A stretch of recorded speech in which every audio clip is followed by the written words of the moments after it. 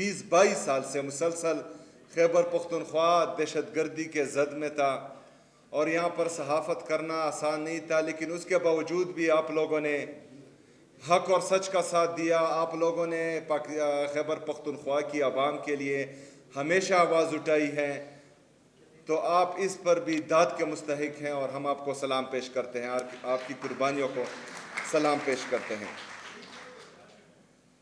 میرے عزیز دوستو، جس طرح آپ کو پتہ ہے کہ عمران خان صاحب کی صحت کا ایشو ہے، اور اس پر ہم نے 4-5 دن پرامن طریقے سے اسلام آباد میں دھرنا دیا، لیکن بدقسمتی سے جو بحث لوگ پاکستان پر قابض ہیں یا مسلط کیے گئے ہیں، انہوں نے بہت ہی بحثی کا مظاہرہ کیا، کیونکہ عمران خان کی صحت پر ہم سیاست نہیں کرنا چاہ رہے تھے. اگر ہم سیاست کرتے یا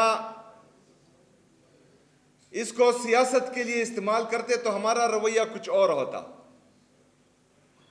اور پوری دنیا جانتی ہے کہ پاکستان تحریک انصاف پاکستان کی سب سے بڑی سیاسی جماعت ہے، اور اس کے ساتھ جو اسٹریٹ موومنٹ کی طاقت ہے وہ کسی دوسری جماعت کے ساتھ نہیں ہے. لیکن بدقسمتی سے ہمارے جمہوری رویے کا غلط فائدہ لیا گیا، اور عمران خان صاحب سے ان کے ذاتی معالج کو ملنے نہیں دیا گیا.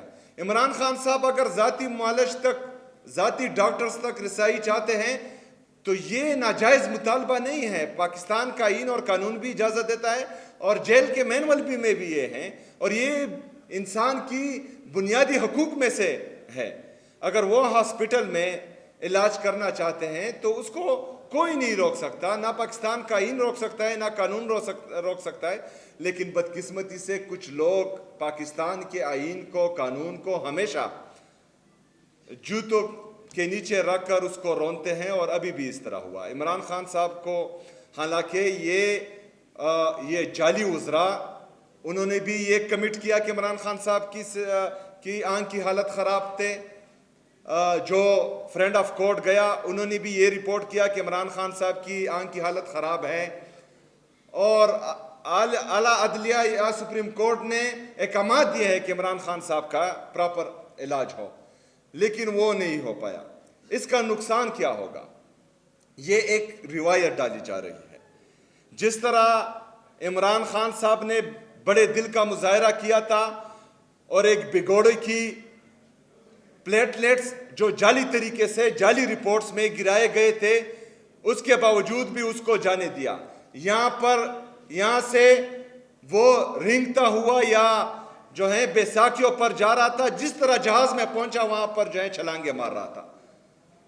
سب کو پتا تھا کہ وہ جھوٹ بول رہا ہے، یہ پلیٹلیٹس جو ہیں یہ جعلی گرائے گئے ہیں، اور وہ این آر او مانگ رہا ہے، وہ پاکستان سے بھاگنا چاہتا ہے. لیکن پھر بھی صحت کے حوالے سے میرے لیڈر، میرے قائد جناب عمران خان صاحب نے بڑے دل کا مظاہرہ کیا تھا اور اس کو جانے دیا. تقریباً 1 ہفتے یا 2 ہفتے کے لیے جانا تھا، پورے 3 سال بعد یہاں پر لایا گیا اس کو. میرے لیڈر کو 4 گولیاں لگی تھی عمران خان صاحب کو.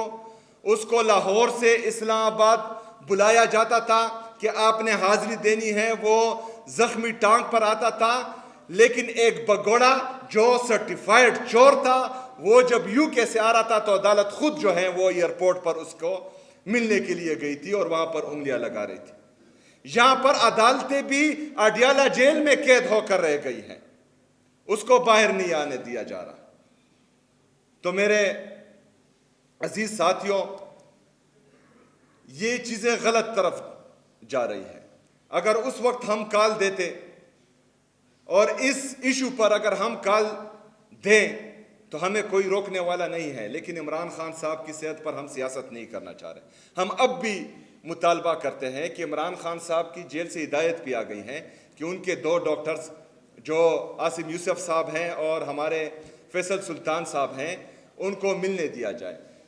اگر فرض کرے اب بھی حکومت، جعلی حکومت کی ہٹ درمی رہتی ہے تو اس کا مطلب ہے کہ وہ کچھ چھپا رہے ہیں اور ہم میں تشویش مزید بڑھ رہی ہے. تو پھر جو ہے یہ ان کے لیے بھی خطرناک ہوگا اور پاکستان کے حالات کے لیے بھی خطرناک ہوگا۔ میرے عزیز ساتھیوں، غیرت مند صحافیوں، آپ کو پتہ ہونا چاہیے کہ جب تیرا کے متاثرین کے لیے میں نے 4 ارب مختص کیے تھے تو پوری نیشنل میڈیا کسی کے کہنے پر میرے گلے تک آ گیا تھا، حالانکہ سب کو پتہ تھا کہ وہ لوگ مجبور ہیں، ان کے ساتھ زیادتی کی گئی ہے، ان کو جبری طور پر اپنے گھروں سے نکالا گیا ہے۔ لیکن آج $37 ملین سے پنجاب کی جعلی وزیراعلیٰ اپنے لیے طیارہ خریدتی ہے، جو بڑے بڑے ارب پتی اور کرب پتی لوگوں کے لیے ہوتی ہیں۔ پاکستان ایک مقروض ملک ہے، IMF سے بھیک مانگ مانگ کر اپنی اکانومی چلا رہا ہے۔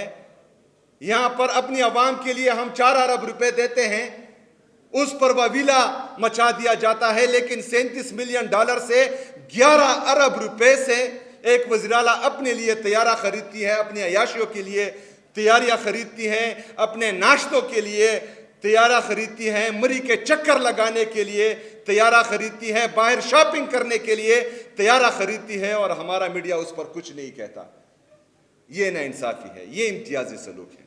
ٹھیک ہے، میں غلطی کرتا ہوں، آپ میرے خلاف بولیں، لیکن پاکستانی قوم کا پیسہ اس طرح سے ضائع ہو، آپ لوگوں کو بولنا چاہیے۔ یہ آپ کے ٹیکس کا بھی پیسہ ہے، اس پر بھی نہیں آواز اٹھائی گئی۔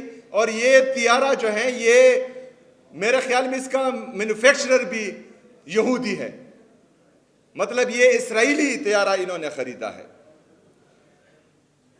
دوسری طرف 5300 ارب روپے کی کرپشن یہ جعلی حکومت کر چکے ہیں۔ یہ میں نہیں کہہ رہا، یہ IMF کی چارج شیٹ ہے ان کے خلاف جو انہوں نے دبائی تھی، اور IMF کے دباؤ میں انہوں نے پھر جو ہے یہ سامنے قوم کے لائے ہیں، اس پر جو ہے آواز اٹھانی ہے۔ یہ میرا پیسہ نہیں ہے، میرے گھر سے نہیں گیا، یہ پاکستان تحریک انصاف کا پیسہ نہیں ہے، یہ پوری پاکستانی قوم کا پیسہ ہے، آپ کا پیسہ ہے۔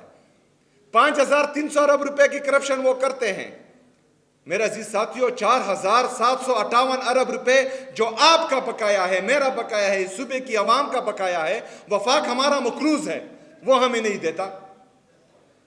مطلب ایک طرف 5300 ارب روپے کرپشن کرتے ہیں، لیکن جو حق ہے، جو لوگ قربانی دے رہے ہیں، جو دہشت گردی کا مقابلہ کر رہے ہیں، جو 22 سال سے پاکستان کے لیے قربان ہو رہے ہیں، ان کے 4758 ارب روپے وفاق نہیں دیتا۔ اس کے لیے آپ سب کی ضرورت ہے، آپ سب نے مل کر اس کے لیے میرا ساتھ دینا ہے، اور انشاءاللہ تعالی ہم نے ان سے ہمارا حق یہاں پر لے کر آنا ہے انشاءاللہ تعالی۔